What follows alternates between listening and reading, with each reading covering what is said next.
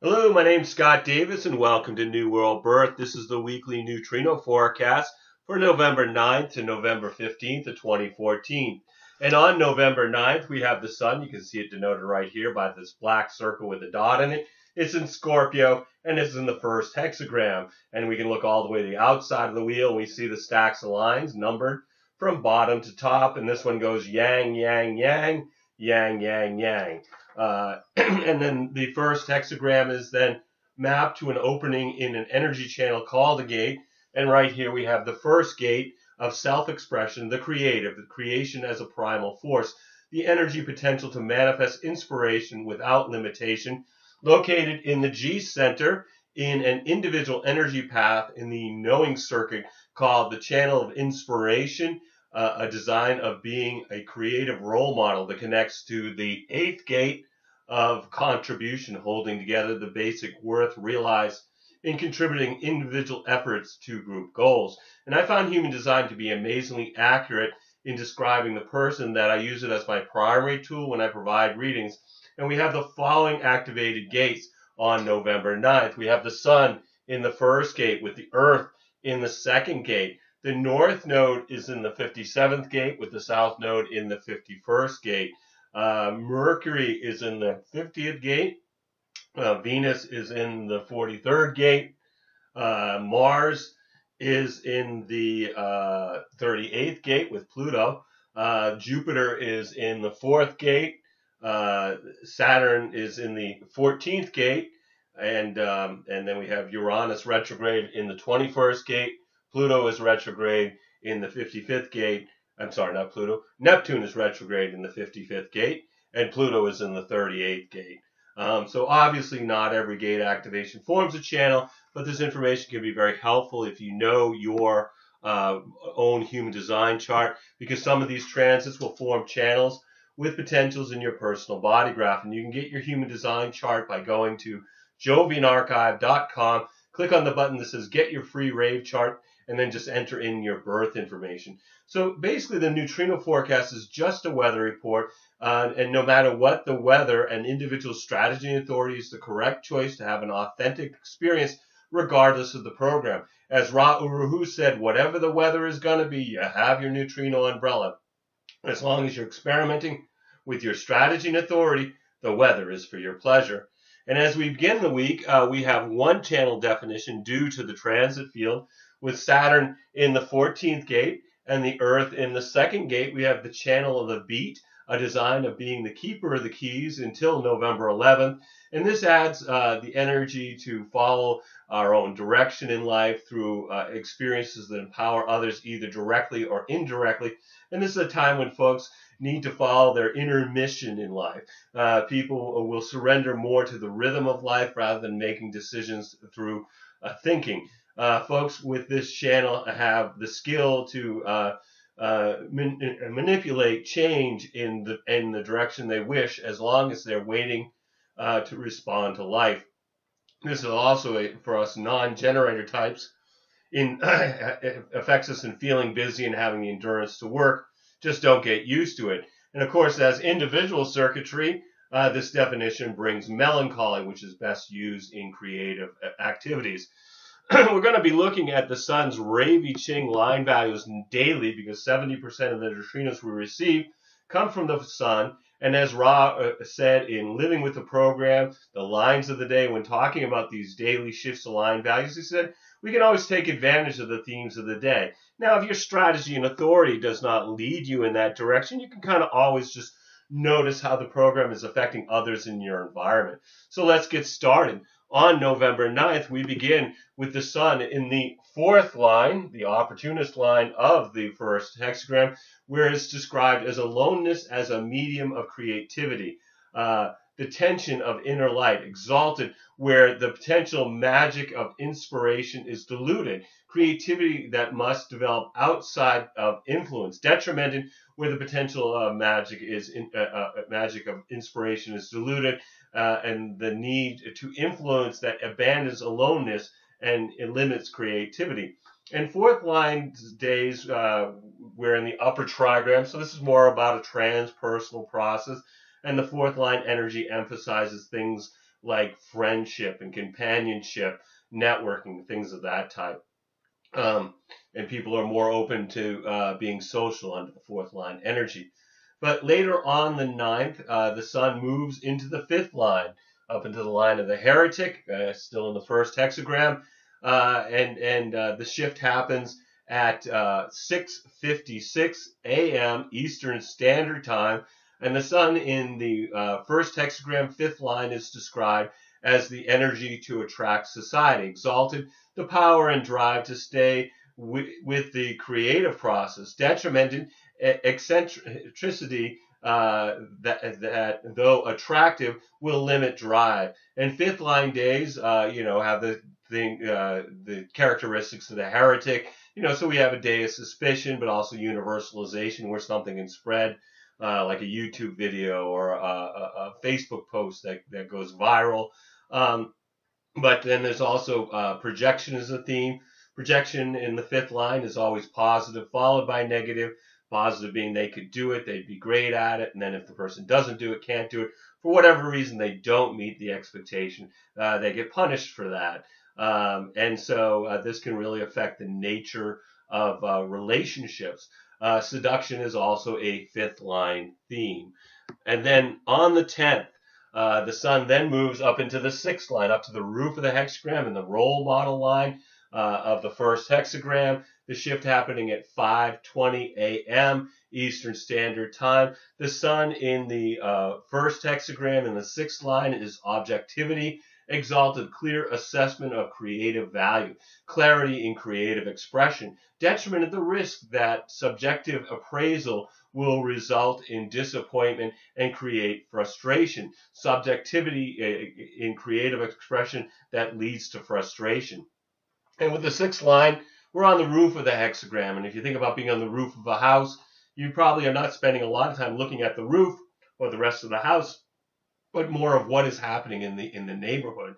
And that's a characteristic of the sixth line, where Ross said not to get stuck with your head in the clouds because you'll end up with something running into your shins. It's a day where there's a lack of focus on what's going on around us because folks are looking beyond their immediate environment. And like third line days, there's certain dangers of not seeing a car coming, not seeing a bill coming. And then also on the 10th, Mercury moves from the 50th gate into the 28th, which brings back this channel, the channel of struggle that we've been seeing off and on lately. And Mercury is the messenger of the gods. It's communication, expansion of human consciousness through communication, not just words, but also as music, according to Ra. And what do you need to communicate in life? Well, we communicate the message of our design, Mercury, through the medium of our personality, Mercury. And what might be communicated when Mercury is in the 28th gate? What are we willing to risk to fulfill our purpose? Are we afraid of death? This is the gate of the game player, preponderance of the great, the transitoriness of power and influence. And Mercury is exalted in the 28-1 due to Mars being in the 38 hexagram. And the 28-1 is preparation, exalted, the desire to affect, manifested, to be effective, manifested in application of energy to detail, the intuition to potentially apply energy to detail. And then with Mercury in the 28, and we've got the Mars and Pluto in the 38, we have the channel of struggle, which will be affecting us until November 13th, which brings experiences where people struggle against overwhelming odds. It's through this archetypal hero's journey of fighting for our purpose that empowers others to stubbornly fight for what holds meaning to them. This is about empowerment that comes from being who you're meant to be instead of following the conditioning of our families, schools, religions, and governments. And it's said to be deaf so that it does not hear the other and become distracted from its authentic path. And then for folks without a defined root center, this transit can bring pressure. And the defined splenic center it brings intuition and well-being. And Ra warned that non-splenic people may let go of something that is good for them during a transit defining the splenic center. And again, this is another channel of individual circuitry, which means that it brings melancholy that is best used in any kind of creative activity. And then on the 11th, we have the sun moving from the first hexagram and joining Venus in the 43rd hexagram, and likewise we have the Earth moving out of the second hexagram. Let's put Saturn back there, but so that definition is no longer there, and it moves into the 23 up here, which then brings a defined throat center and a defined ajna center. So anyway, let's start with the Earth in the 23rd hexagram. This is the gate of assimilation, splitting apart, amorality, the awareness and understanding that leads to acceptance of diversity. And this shift happens at 3:44 a.m. Eastern Standard Time. And with the sun in the 43rd gate of insight, breakthrough, in order for achievement to be maintained, a new order must be fairly established. And the sun is detrimented in the first line of the 43 due to Venus also being in the 43. And the detrimented first line of the 43 is patience, detrimented, and impatience to enjoy the sweets of accomplishment that leaves a sour taste in the mouth, a delight in insight, but the lack of depth to establish it. And in a new hexagram, we're now down in the lower trigram, and the first, second, and third line days, people are more looking inward. They're absorbed in their own process. So the theme of this first line day is fear or anxiety that needs to be investigated. So this is a day to study, not to act. It's a day maybe to look into things, but not to jump. This is a good day to deal with things you don't understand, can't make sense of, or don't know. And with the Sun and Venus in the 43 and the Earth in the 23, we have the channel of structuring until November 16th. And this is about individuals having amazing insights that require two conditions be fulfilled to be recognized by others. First, the person who has the epiphany needs to wait to be invited to share his or her insight, because obviously this is a projected channel. And then the second thing is they need to explain their idea in a step-by-step process so their audience can methodically understand how this quantum leap in thinking was arrived at. More likely, this will be a time period where people blurt out whatever's on their minds. So I suspect we're going to encounter more freaks than geniuses. And again, this is our third channel of the week. That's individual, bringing that quality of melancholy, that blue feeling that we get when we have individual circuitry in our design, or when we experience it by transit, which is really best utilized in some type of creative activity. And then on the 12th, the sun moves into the second line. So it moves from the investigator line up into the hermit line of the 43rd hexagram. And this shift happens at 2:06 a.m. Eastern Standard Time. And the sun in the 43-2 is described as dedication, exalted, the maintenance of specialized attributes, which promotes breakthrough, unique mental habits and thought processes which promote insight, detriment, a dedication to action that when actualization is in sight may be incautious, the urge for expression that will abandon its normal process when opportunity arises. And second line days, everybody's waiting for something. You know, they're waiting to be called. This is the line of the natural. And so, you know, we have this energy of, you know, that people really just want to stay in their hermitages, stay in their homes. So it might not be a great day to have a large social occasion. And then also on the 12th, Venus moves from the 43rd gate, leaving the sun, into the 14th hexagram, where it's joining Saturn. And in human design, Venus is very powerful and deeply misunderstood, according to Ra. It brings morality, natural law in which we deal with the other, and the consequences of the world around us. And what disturbs you at a moral level? Well, your design and personality Venuses tell you about the moral dilemma that you'll work with in this life. And that if you don't act with moral clarity, Ra talked about Venus being unkind in its retribution. Venus is in the 14th gate of power skills. And possession in great measure, the accumulation and retention of power through skilled interaction coupling grace with control. And Venus is detrimented in the 5th line, but we are moving direct, so we start out in the 1st line of the 14th gate.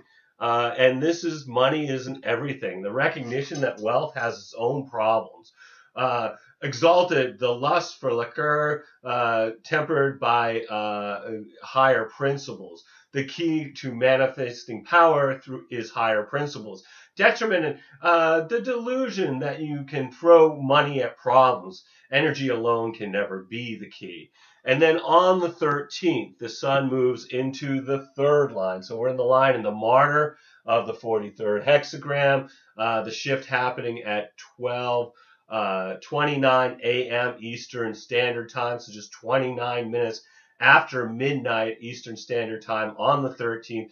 And the sun in the 43 is expediency, exalted the powerful drive for recognition that will, when breakthrough is threatened, use any means, align with any force, endure any condemnation to achieve the goal. A certainty in knowing which can withstand condemnation. Detriment and oversensitivity to condemnation that may preclude justified expediency and result in failure. Individual insight abandoned in the face of condemnation. And 3rd line days, martyr days, we're talking about trial and error process, bonds made and broken, discovery that comes from figuring out what doesn't work. And so when we think of applying that energy to the day, this is a day to be careful on the roads, be careful of things in your environment, because stuff bumps into us on a 3rd line day. We might have bonds made and broken on a 3rd line day.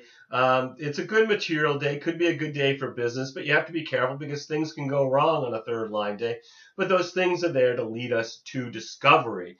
And then later on the 13th, the sun moves into the 4th hexagram. So we're moving out of the lower trigram into the upper trigram here of the 43rd hexagram. This shift happening at 10:50 p.m. Eastern Standard Time. So it's an hour and 10 minutes before midnight on the 13th. And where the sun, this is described as the one-track mind, exalted the over-reliance and stubborn obsession with one's mental abilities in the face of recurring obstacles, a stubborn reliance on one's unique insights that demands focus, mental ability to be properly conceptualized. Detrimented a belief in inherent right action based on limited knowledge that shuns advice, the vanity to attempt expression without depth. And like I said, 4th line days, we move from the lower trigram to the upper trigram. We're moving from a personal process to a transpersonal process. We're moving from an inward perspective to looking outward. And the 4th line themes, again, are friendship, companionship, networking. So it's a good social day. Also on the 13th, we have Mercury moving from the 28 to the 44, which then takes away this definition. And so let's talk about Mercury. Again, Mercury is a messenger of the gods. So this is about communication. So what might be communicated when Mercury is in the 44? Do we fear the past? Are we afraid of extinction? That there won't be enough resources to continue the genetics? And this is the gate of alertness, coming to meet, The success of any interaction is based on the absence of any preconditions. Mercury in the 44-1 is conditions, the establishment of a framework that is a result of interaction. Exalted, a mastery of the collective that can establish restrictive conditions for inferior components and with the ability to enforce them. And alertness to patterns that can lead to mastery of the collective. Detrimented, an attractive nature that will interact with inferior forces and will fail to apply restrictions, resulting in the risk of continued harmony. The failure of the instinct out of the need for harmony. And then on the 14th, the sun moves into the 5th line. So we're up to the heretical 5th line of the 43rd hexagram. The shift happening at 9:11 p.m. Eastern Standard Time. The sun in the 43-5 is described as progression. Exalted, the step-by-step adaptation to relationships which hinders breakthrough through practical actions which will not jeopardize eventual success. The gift in knowing when unique insight can be shared effectively with others.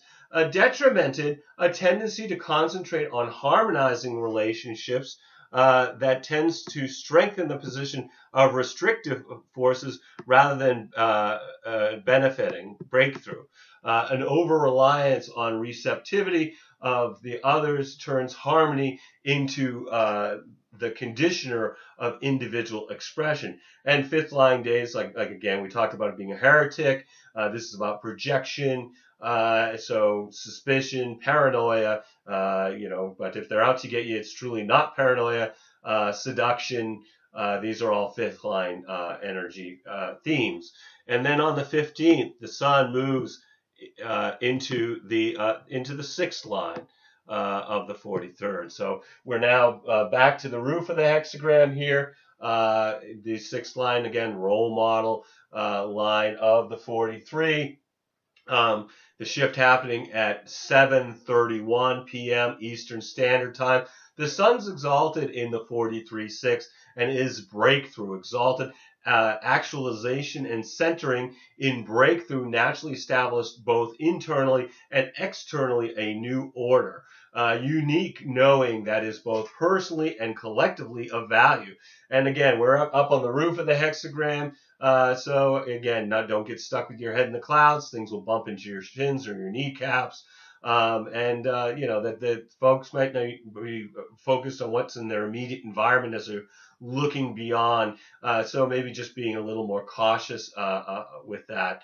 And then also on the 15th, we have Mars moving from the 38th hexagram, and it's leaving Pluto there as it moves into the 54.